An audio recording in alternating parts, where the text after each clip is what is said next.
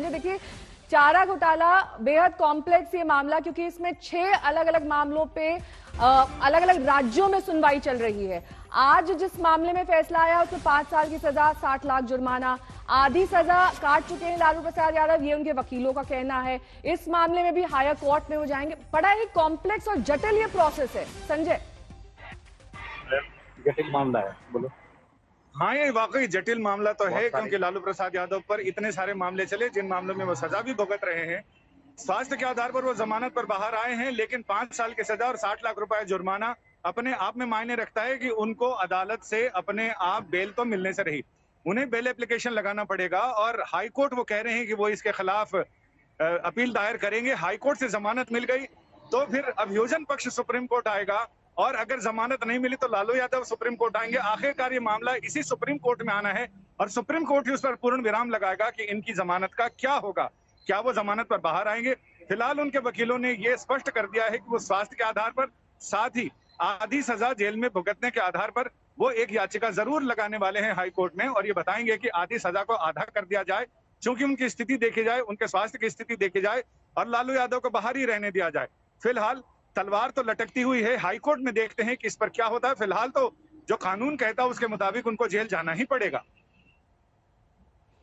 साथ ही संजय, बेहद महत्वपूर्ण जानकारी आप देते हुए और बताते हुए, क्योंकि जब से झारखंड अलग हुआ उसके बाद इस नए राज्य का निर्माण हुआ, तभी से ये पूरा मामला अपने अलग अलग स्टेजेस पर पहुंचा और आज 5वें मामले में इस तरह की सजा का ऐलान। लेकिन जो उनके वकील कह रहे हैं उससे क्या कुछ समझ में आ रहा है और आगे का प्रोसेस क्या हो सकता है, ये बताइए। आगे का प्रोसेस क्या होगा? आगे का प्रोसेस जैसा कि मैंने बताया कि लालू प्रसाद यादव हाई कोर्ट में अपनी जमानत के लिए याचिका अर्जी दाखिल करेंगे।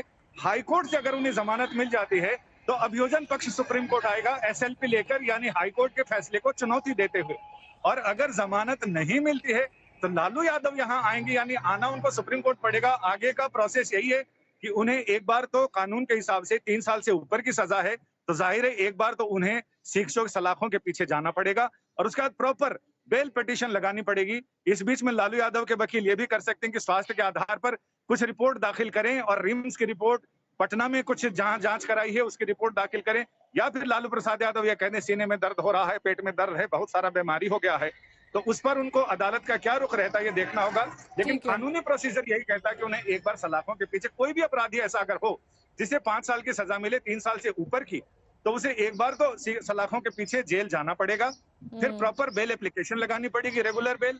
वो बेल उसका अदालत निपटारा कैसे करती है, बेल देती है या बेल नहीं देती है।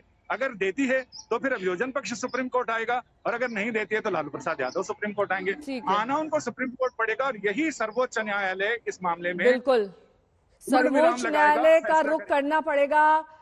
जो बचाव पक्ष है उसे, यानी कि लालू प्रसाद यादव और उनके वकीलों को, क्योंकि अब जमानत की अर्जी लगानी पड़ेगी अगर जेल जाने से बचना है। उसके बाद इस पर सुनवाई होगी कि लालू प्रसाद यादव को जमानत दी जाए या नहीं। हम आपको अलग अलग केसेस दिखा रहे हैं किस तरीके से ये जो चारा घोटाला है इसके 6 मामले चल रहे हैं, जिसमें 5वें नंबर का जो मामला है उस पर आज फैसला आया है।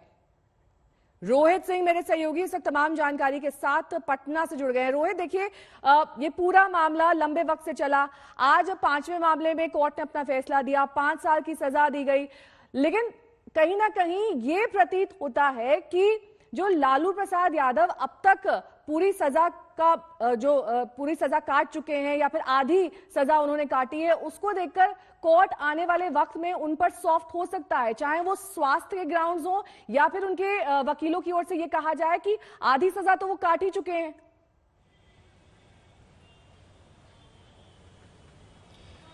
जी देखिए, बिल्कुल नेहा, यहाँ की टेक्निकल यहाँ पे जो बात है, जो ग्राउंड्स है कि सबसे ज्यादा सजा उन्हें 7 साल की मिली है, यानी 3.5 साल की सजा जो वो है वो काट चुके हैं। और इसी ग्राउंड पर जो है उन्हें पिछले साल अप्रैल में जो है वो जमानत दे दी गई थी कि उन्होंने आधी सजा पूरी कर ली है।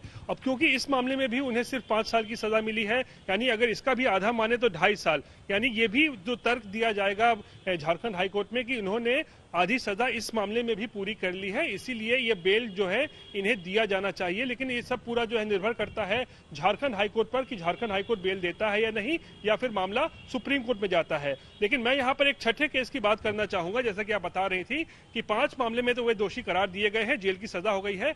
छठा केस भी जो है वो पटना में चल रहा है और इनकी लालू के लिए मुश्किल और बढ़ने जा रही है, क्योंकि 25 फरवरी को जो छठा मामला चल रहा है चारा घोटाले का, जो बांका और भागलपुर से जो है अवैध निकासी का मामला है, उसमें लालू को सशरीर प्रस्तुत होने के लिए, पेश होने के लिए जो विशेष सीबीआई अदालत ने प्रोडक्शन वारंट जारी कर दिया है लालू के खिलाफ। 2 दिन पहले ही जो है ये एक डेवलपमेंट हुआ इस केस में, एक चारा घोटाले का मामला जो आखिरी मामला लालू के खिलाफ चल रहा है, और 25 फरवरी को उन्हें कोर्ट में सशरीर पेश होने के लिए कहा गया है। यानी कि 25 फरवरी को लालू को रांची के जेल से उठ के जो है उन्हें लेकर पटना लाया जाएगा, और छठे और आखिरी चारा घोटाले के केस में भी जो है उनकी पेशी पटना के विशेष सीबीआई अदालत में होनी है। यानी कि लालू के लिए जो मुश्किलें हैं वो और बढ़ने जा रही हैं आने वाले दिनों में। नेहा, ठीक है रोहित, बहुत बहुत शुक्रिया इस तमाम जानकारी के लिए आपका।